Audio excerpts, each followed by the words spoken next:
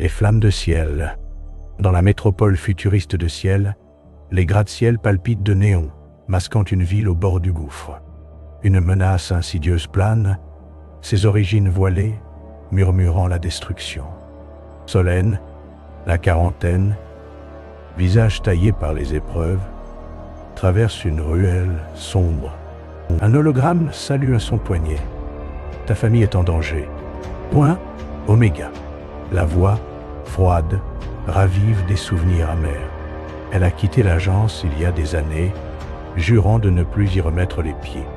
Mais la peur pour ses proches la pousse à avancer. À l'autre bout de ciel, Noah, un idéaliste d'une vingtaine d'années, écoute un message similaire. La voix de leur ancien chef, une figure énigmatique qu'il vénère malgré ses ombres, l'implore « Ciel a besoin de toi ». Le cœur battant, ils se mettent en route. Leur chemin converge au point Oméga, un défilé de ruines où les immeubles éventrés témoignent d'une guerre passée. Oh, Solène, rongée par ses démons, toise Noah avec méfiance. « Dégage, gamin », grogne-t-elle. « On est dans le même bateau. Que ça te plaise ou non, rétorque-t-il. Avant qu'ils puissent s'affronter, les drones armés surgissent, leurs lasers fendant l'air. Forcés de collaborer, ils plongent dans un balai chaotique. Solène abattant les machines avec une précision froide, Noah esquivant avec agilité. Leurs échanges sont cinglants, mais l'adrénaline les lie. Une explosion les sépare. Et Solène, blessée, découvre un fragment de données dans un drone détruit. Un compte à rebours. Quelque chose de massif se prépare. Il s'enfonce dans le ciel, traversant des ponts suspendus où le vent hurle, des tunnels ou des pièges technologiques, sols électrifiés, murs crachant des lames testent leurs limites.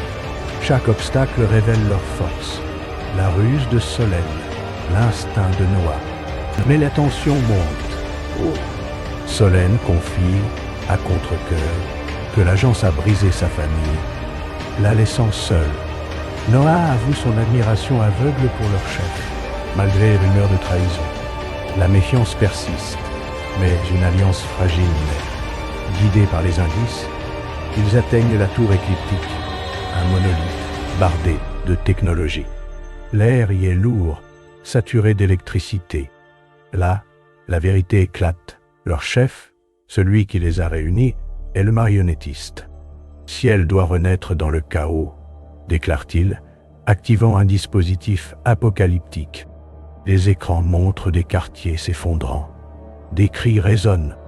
Solène, folle de rage, et Noah, brisé par la trahison, se jettent dans un combat désespéré. Le chef, maître tacticien, les accule avec des drones et des champs de force. Solène désarme les systèmes avec une précision chirurgicale, mais une explosion la projette au sol, gravement blessée. Noah, galvanisé, escalade la structure pour atteindre le cœur du dispositif. Chaque seconde compte. Dans un ultime effort, Solène se relève, hurlant à Noah de ne pas abandonner. Ensemble, ils désactivent la machine, mais le chef les attaque une dernière fois. Solène, au prix d'un sacrifice héroïque, le neutralise, s'effondrant dans un râle. Le silence tombe. Ciel est sauvé, mais la victoire est amère. Noah découvre que leurs familles ont péri dans les premiers assauts. Assis parmi les décombres, ils partagent un regard chargé de douleur. « On a sauvé la ville », murmure Noah, la voix brisée. Solène, un éclat de détermination dans les yeux, hoche la tête. Pour eux. Ils se relèvent, silhouette solitaire dans une métropole qui renaît, leur légende gravée dans l'histoire de ciel.